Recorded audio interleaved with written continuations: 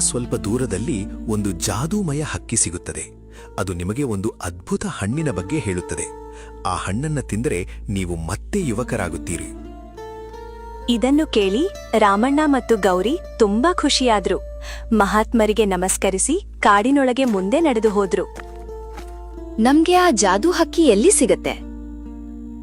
ಮಹಾತ್ಮರು ಹೇಳಿದಂತೆ ನಮ್ಮ ಮನಸ್ಸು ಸತ್ಯವಾಗಿದ್ದರೆ ಅದು ಖಂಡಿತ ಸಿಗುತ್ತದೆ. ಕಣ್ಣು ತೆರೆದು ಮುಂದೆ ನೋಡುತ್ತಾ ಹೋಗೋಣ. ಕಾಡಿನ ಒಳಗೆ ಬಹಳ ದೂರ ನಡೆದ ಮೇಲೆ ಒಂದು ಮರದ ಮೇಲೆ ವಿಚಿತ್ರವಾದ ಹಕ್ಕಿ ಕಾಣಿಸಿತು. ಗೌರಿ, ನೋಡು, ಇದೇ ಆ ಜಾದೂ ಹಕ್ಕಿ ಇರಬಹುದು. ಮಹಾತ್ಮರು ಹೇಳಿದ್ದೇ ಇದೇ ಇರ್ಬೇಕು. ಹೌದು, ನನ್ಗೂ ಹಾಗೆ ಕಾಣ್ತಿದೆ. ಬೇಗ ಅದ್ರ ಬಳಿ ಹೋಗೋಣ. ಅವರು ಹಕ್ಕಿಯ ಕಡೆಗೆ ಹೋದ್ರು. ಆದ್ರೆ ಹತ್ತಿರ ಹೋದ ತಕ್ಷಣ ಅದು ಕಾಣೆಯಾಯಿತು. ಅಯ್ಯೋ, ಈಗಷ್ಟೇ ಇಲ್ಲೇ ಇತ್ತು, ಹೇಗೆ ಕಾಣೆಯಾಯ್ತು? ನನ್ಗೂ ಅರ್ಥ ಆಗ್ತಿಲ್ಲ. ಮತ್ತೆ ಹುಡ್ಕೋಳ. ಸ್ವಲ್ಪ ದೂರದ ಮತ್ತೊಂದು ಮರದ ಮೇಲೆ ಅದೇ ಹಕ್ಕಿ ಮತ್ತೆ ಕಾಣಿಸಿತು. ಅವರು ಅಲ್ಲಿಗೆ ಹೊರಟರು. ನೀವು ಇಲ್ಲಿ ಏಕೆ ಬಂದಿದ್ದೀರಿ? ನನ್ನನ್ನು ಯಾಕೆ ಹುಡುಕುತ್ತಿದ್ದೀರಿ?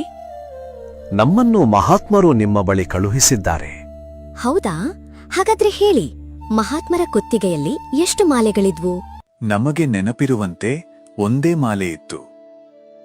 ಸರಿ, ಅಂದರೆ ನಿಜವಾಗಿಯೂ ಅವರು ನಿಮ್ಮನ್ನು ಕಳುಹಿಸಿದ್ದಾರೆ. ಈಗ ಹೇಳಿ, ಏನು ಬೇಕು? ಜಾದೂ ಹಣ್ಣಿನ ಮರ ಎಲ್ಲಿದೆ ಅಂತ ಹೇಳಿ. ಇಲ್ಲಿಂದ ಪಶ್ಚಿಮ ದಿಕ್ಕಿಗೆ ಹೋಗಿ. ಅಲ್ಲಿ ಒಂದು ದೊಡ್ಡ ಮಹಾಮರ ಸಿಗುತ್ತದೆ. ಅದರಲ್ಲಿ ಕೆಂಪು ಬಣ್ಣದ ಹಣ್ಣುಗಳಿರುತ್ತವೆ. ಅದೇ ಜಾದೂ ಹಣ್ಣು. ಇದನ್ನು ಕೇಳಿ ಅವರು ಸಂತೋಷದಿಂದ ಪಶ್ಚಿಮ ದಿಕ್ಕಿಗೆ ಹೊರಟರು. ಗೌರಿ, ನಾನು ತುಂಬಾ ದಣಿದಿದ್ದೇನೆ. ಸ್ವಲ್ಪ ವಿಶ್ರಾಂತಿ ಬೇಕು. ಸರಿ, ಸ್ವಲ್ಪ ಕುಳಿತು ವಿಶ್ರಾಂತಿ ಮಾಡಿ. ನಂತರ ನಿಧಾನವಾಗಿ ಹೋಗೋಣ. ಸ್ವಲ್ಪ ಹೊತ್ತು ವಿಶ್ರಾಂತಿ ಮಾಡಿದ್ಮೇಲೆ ಅವರು ಮತ್ತೆ ನಡೆದು ಹೋದ್ರು. ನಿಜವಾಗಿಯೂ ಅಂತಹ ಮರ ಇರುತ್ತದೆಯಾ? ಇದು ಅಸಾಧ್ಯ ಅನ್ನಿಸುತ್ತಿದೆ. ಹೀಗೆ ಹೇಳಬೇಡ, ಮಹಾತ್ಮರು ಸುಳ್ಳು ಹೇಳೋದಿಲ್ಲ. ಬಹಳ ದೂರ ನಡೆದ್ಮೇಲೆ ಅಕಸ್ಮಾತ್ ಒಂದು ಭಾರೀ ದೊಡ್ಡ ಮರ ಅವ್ರ ಮುಂದೆ ಕಾಣಿಸಿತ್ತು. ಅಯ್ಯೋ ದೇವ್ರೇ, ಎಷ್ಟು ದೊಡ್ಡ ಮರ! ಇದೇ ಆಗಿರ್ಬೇಕು. ರೀ, ಇಷ್ಟು ದೊಡ್ಡ ಮರ ನಾನ್ ಜೀವನದಲ್ಲಿ ನೋಡೇ ಇಲ್ಲ. ಅವರು ಮರದ ಹತ್ತಿರ ಹೋದರು. ಅದರಲ್ಲಿ ಕೆಂಪು ಬಣ್ಣದ ಹಣ್ಣುಗಳು ತೂಗುತ್ತಿವೆ. ಸನ್ಯಾಸಿಯವರು ಹೇಳಿದ ಜಾದೂ ಹಣ್ಣುಗಳು ಇವೇ ಆಗಿರ್ಬೇಕು. ಹೌದು, ಮಹಾತ್ಮರು ಹೇಳಿದ ಬಣ್ಣ ಇದೆ. ಅಯ್ಯೋ, ನಾನು ಮತ್ತೆ ಯುವತಿ ಆಗ್ಬತ್ತೆ. ನಾನೂ ಯುವಕನಾದೆ. ನಾವು ಮತ್ತೆ 25 ವರ್ಷದವರಂತೆ ಕಾಣುತ್ತಿದ್ದೇವೆ. ಗೌರಿ, ನೀನು ತುಂಬಾ ಸುಂದರವಾಗಿ ಕಾಣ್ತಿದ್ದೀಯ. ಹಾಗಾದ್ರೆ ನಮ್ಮ ಮಗಳು ಈಗ ನಮ್ಮನ್ನ ಗುರ್ತಿಸಲು ಆಗೋದಿಲ್ಲ. ಈಗ ನಮ್ಮ ಹಳೆಯ ಖಜಾನೆಯನ್ನು ಹುಡುಕೋಣ. ಆದರೆ ಆ ಅಶ್ವತ್ಥ ಮರ ಎಲ್ಲಿದೆ? ಹೌದು, ಅದನ್ನು ಹೇಗೆ ಹುಡುಕೋದು? ನಾವು ತುಂಬಾ ಪರಿಶ್ರಮ ಪಡಬೇಕಾಗುತ್ತೆಯೋ ಏನೋ. ಹಾಗೇನೂ ಇಲ್ಲ. ಮಹಾತ್ಮರ ಕೃಪೆಯಿಂದ ನಾವು ಯುವಕರಾದೆವು. ಖಜಾನೆಯೂ ಸಿಗುತ್ತದೆ. ಅಷ್ಟ್ರಲ್ಲಿ ಒಂದು ಬಂಗಾರದ ಬಣ್ಣದ ಜಿಂಕೆ ಅವರ ಮುಂದೆ ಕಾಣಿಸಿತು. ಅಯ್ಯೋ, ಬಂಗಾರದ ಜಿಂಕೆ! ಇದು ಎಲ್ಲಿಗೆ ಹೋಗುತ್ತಿದೆ? ನನಗೆ ಗೊತ್ತಿಲ್ಲ, ಆದ್ರೆ ಇದು ನಮ್ಮನ್ನು ಕರೆಯುವ ಹಾಗೆ ಕಾಣುತ್ತಿದೆ. ಹೌದು, ಇದನ್ನ ಹಿಂಬಾಲಿಸೋಣ. ಇದರಿಂದ ನಮಗೆ ದಾರಿ ಸಿಗಬಹುದು. ಅವರು ಜಿಂಕೆಯನ್ನ ಹಿಂಬಾಲಿಸುತ್ತಾ ಕಾಡಿನ ತುಂಬಾ ಒಳಗೆ ಹೋದರು. ಇದು ನಮ್ಮನ್ನು ಎಷ್ಟು ಒಳಗೆ ಕರೆದುಕೊಂಡು ಹೋಗುತ್ತಿದೆ. ಮಹಾತ್ಮರು ಹೇಳಿದಂತೆ ನಮ್ಮ ಖಜಾನೆ ಕಾಡಿನ ಒಳಗೆ ಇರಬೇಕು. ಇದೇ ನಮ್ಮನ್ನು ಅಲ್ಲಿ ಕರೆದೊಯ್ಯುತ್ತಿದೆ. ಸ್ವಲ್ಪ ಸಮಯದ ನಂತರ ಜಿಂಕೆ ಅಕಸ್ಮಾತ್ ನಿಂತಿತು. ಮುಂದೆ ನೋಡಿದಾಗ ಅವರ ಮುಂದೆ ಒಂದು ದೊಡ್ಡ ಅಶ್ವತ್ಥ ಮರ ನಿಂತಿತ್ತು. ಗೌರಿ, ಇದೇ ಆ ಮರ ಇರಬೇಕು. ಮಹಾತ್ಮರು ಹೇಳಿದ್ದೇ ಇದೇ ಆಗಿರಬಹುದು. ಅಷ್ಟ್ರಲ್ಲಿ ಬಂಗಾರದ ಜಿಂಕೆ ಅಕಸ್ಮಾತ್ ಕಾಣೆಯಾಯಿತು. ಅಯ್ಯೋ, ಜಿಂಕೆ ಎಲ್ಲಿಗೆ ಹೋಯ್ತೋ? ನನಗೆ ಅನಿಸುತ್ತಿದೆ, ಮಹಾತ್ಮರು ನಮ್ಮ ಸಹಾಯಕ್ಕೆ ಅದನ್ನೇ ಕಳುಹಿಸಿದ್ದಿರಬಹುದು. ಹೌದು, ಅದು ಅವರ ದೈವಶಕ್ತಿಯೇ ಇರಬೇಕು. ಅವರು ಮರದ ಕೆಳಗೆ ತೋಡಲು ಶುರು ಮಾಡಿದರು. ಬಹಳ ಹೊತ್ತು ತೋಡಿದ ಮೇಲೆ ಅವರಿಗೆ ಬಂಗಾರ ಮತ್ತು ಬೆಳ್ಳಿಯಿಂದ ತುಂಬಿದ ಮಡಕೆಗಳು ಸಿಕ್ಕವು. ಅಯ್ಯೋ ದೇವ್ರೆ, ಇಷ್ಟು ಸಂಪತ್ತು? ನನಗೂ ಗೊತ್ತಿರ್ಲಿಲ್ಲ ಗೌರಿ. ಇದು ಮಹಾತ್ಮರ ಕೃಪೆ.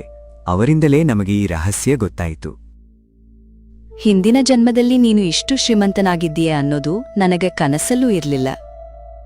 ಈಗ ರಾತ್ರಿ ಆಗೋ ಮುನ್ನ ಊರಿಗೆ ಹಿಂದಿರುಗೋಣ. ಆದ್ರೆ ಮೊದಲು ಮಹಾತ್ಮರಿಗೆ ಧನ್ಯವಾದ ಹೇಳಬೇಕು. ಹೌದು, ಅವರ ಕಾರಣದಿಂದಲೇ ನಾವು ಮತ್ತೆ ಯುವಕರಾದೆವು ಮತ್ತು ಈ ಸಂಪತ್ತು ಸಿಕ್ಕಿತು. ಅವರು ಮಹಾತ್ಮರ ಬಳಿಗೆ ಹೊರಟರು. ನಮಸ್ಕಾರ ಮಹಾತ್ಮರೇ. ಬನ್ನಿ, ನೀವು ಯಾರು, ಎಲ್ಲಿಂದ ಬಂದಿರುವಿ? ಪ್ರಣಾಮ ಸ್ವಾಮಿ. ನಮ್ಮನ್ನು ಗುರುತಿಸಲಿಲ್ಲವೇ? ಜಾದೂ ಹಣ್ಣಿನ ಬಗ್ಗೆ ನೀವು ಹೇಳಿದವರು ನಾವು. ಆಹಾ, ಅಂದ್ರೆ ನಿಮ್ಗೆ ಜಾದೂ ಹಣ್ಣು ಸಿಕ್ಕಿನಿಲೆ? ಹೌದು ಸ್ವಾಮಿ, ಹಕ್ಕಿಯ ಮಾರ್ಗದರ್ಶನದಿಂದ ಹಣ್ಣು ಸಿಕ್ಕಿತು. ನಿಮ್ಮ ಕೃಪೆಯಿಂದ ನಾವು ಯುವಕರಾದೆವು ಮತ್ತು ನಮ್ಮ ಖಜಾನೆಯೂ ಸಿಕ್ಕಿತು. ಬಹಳ ಚೆನ್ನಾಗಿದೆ. ಈಗ ನಿಮ್ಮ ಜೀವನವನ್ನು ಸುಖವಾಗಿ ನಡೆಸಿರಿ. ದೇವರು ನಿಮ್ಮ ಜೊತೆ ಇರಲಿ. ಅವರ ಆಶೀರ್ವಾದ ಪಡೆದು ರಾಮಣ್ಣ ಮತ್ತು ಗೌರಿ ಊರಿಗೆ ಹಿಂದಿರುಗಿದರು. ಅವರು ಊರಿಗೆ ಬಂದಾಗ ಅವರ ಮಗಳು ಕಾವ್ಯ ಧರ್ಮಣ್ಣನ ಜೊತೆ ಜಗಳವಾಡುತ್ತಿದ್ದಳು. ನನ್ನ ಅಪ್ಪ ಅಮ್ಮನ ಮನೆ ಯಾಕೆ ಕಿತ್ತುಕೊಂಡ್ರಿ? ಅವರು ಎಷ್ಟು ಕಷ್ಟಪಟ್ಟು ಕಟ್ಟಿಸಿದ ಮನೆ ಅದು. ಅವರು ಸಾಲ ತೀರಿಸಲಿಲ್ಲ, ಅದಕ್ಕಾಗಿಯೇ ಮನೆ ನನ್ನದಾಯಿತು. ಇದನ್ನು ಕೇಳಿ ಕಾವ್ಯ ಕಣ್ಣೀರಿಟ್ಟಳು. ಅಯ್ಯೋ ದೇವ್ರೆ, ನನ್ ಮದುವೆಗಾಗಿ ಅಪ್ಪ ಅಮ್ಮ ಇಷ್ಟು ಕಷ್ಟ ಅನುಭವಿಸಿದ್ದಾರಾ? ನನಗೊತ್ತಿದ್ರೆ ನಾನೀ ಮದುವೆ ಮಾಡ್ಕೊಳ್ತಿರ್ಲಿಲ್ಲ. ಅಷ್ಟರಲ್ಲಿ ರಾಮಣ್ಣ ಮತ್ತು ಗೌರಿ ಅಲ್ಲಿಗೆ ಬಂದರು. ಮಗಳೇ, ಯಾಕೆ ಅಳುತ್ತಿದ್ದೀಯ? ನೀವ್ಯಾರು? ನನಗೆ ಮಗಳು ಅಂತ ಯಾಕ್ ಕರೀತಿದ್ದೀರಾ? ಕಾವ್ಯ, ನಾನು ನಿನ್ನಮ್ಮ ಗೌರಿ. ಇವರು ನಿನ್ನಪ್ಪ ರಾಮಣ್ಣ. ಇದನ್ನು ಕೇಳಿ ಕಾವ್ಯ ಮತ್ತು ಧರ್ಮಣ್ಣ ಇಬ್ಬರು ಬೆಚ್ಚು ಬಿದ್ದರು. ಅದು ಹೇಗೆ ಸಾಧ್ಯ? ನನ್ನ ಅಪ್ಪ ಅಮ್ಮ ವಯಸ್ಸಾದವರು, ನೀವು ಹೀಗೆ ಇಷ್ಟು ಯುವಕರಾಗಿದ್ದೀರಿ? ಮಗಳೇ, ನಾವು ನಿನ್ನ ಅಪ್ಪ ಅಮ್ಮನೇ. ಮಹಾತ್ಮರ ಆಶೀರ್ವಾದದಿಂದ ಮತ್ತೆ ಯುವಕರಾಗಿದ್ದೇವೆ. ರಾಮಣ್ಣ ಎಲ್ಲಾ ಘಟನೆಗಳನ್ನು ವಿವರವಾಗಿ ಹೇಳಿದ್ರು. ಅಪ್ಪ, ಇದು ನಿಜವಾ? ನನಗೆ ನಂಬೋಕೆ ಆಗ್ತಿಲ್ಲ. ಹೌದು ಮಗಳೇ, ಈಗ ನಮ್ಮ ಬಳಿ ಸಾಕಷ್ಟು ಸಂಪತ್ತಿದೆ. ಇಗೋ, ನಿನ್ನ ಹಣ ಸಂಪೂರ್ಣವಾಗಿದೆ, ತೆಗೆದುಕೋ. ಈಗ ನಮ್ಮ ಮನೆಯನ್ನು ಹಿಂತಿರುಗಿಸು. ರಾಮಣ್ಣ ಧರ್ಮಣ್ಣನಿಗೆ ಚಿನ್ನದ ನಾಣ್ಯ ಕೊಟ್ಟನು. ಸರಿ, ನೀನು ಸಾಲ ತೀರಿಸಿದ್ಯಾ. ಇನ್ನು ಮನೆ ನಿಮ್ಮದೇ. ಈಗ ನಮ್ಮ ಮನೆ ಮತ್ತೆ ನಮಗೆ ಸಿಕ್ಕಿತು. ಹೌದು ಗೌರಿ, ಈಗ ನಾವು ಮತ್ತೆ ನಮ್ಮ ಮನೆಯಲ್ಲಿ ಸುಖವಾಗಿ ಬದುಕಬಹುದು. ಬಾ ಕಾವ್ಯ, ಒಳಗೆ ಹೋಗೋಣ. ಹೀಗೆ ರಾಮಣ್ಣ ಮತ್ತು ಗೌರಿ ತಮ್ಮ ಸತ್ಕರ್ಮದಿಂದ ಮತ್ತೆ ಜೀವನವನ್ನು ಪಡೆದರು. ನಂತರ ರಾಮಣ್ಣ ತನ್ನ ಮಗಳು ಕಾವ್ಯ ಜೊತೆ ಮಾತಾಡಲು ಕುಳಿತನು. ಮಗಳೇ, ನಿನಗೊಂದು ಮುಖ್ಯ ವಿಷಯ ಹೇಳ್ಬೇಕಿದೆ. ಹೇಳಿ ಅಪ್ಪ, ಏನು ವಿಷಯ? ನಾವು ಜಾದೂ ಹಣ್ಣಿನ ಬಗ್ಗೆ ಹೇಳಿದ್ದೇವಲ್ಲ, ಆ ರಹಸ್ಯವನ್ನು ನೀನು ಯಾರಿಗೂ ಹೇಳಬಾರದು.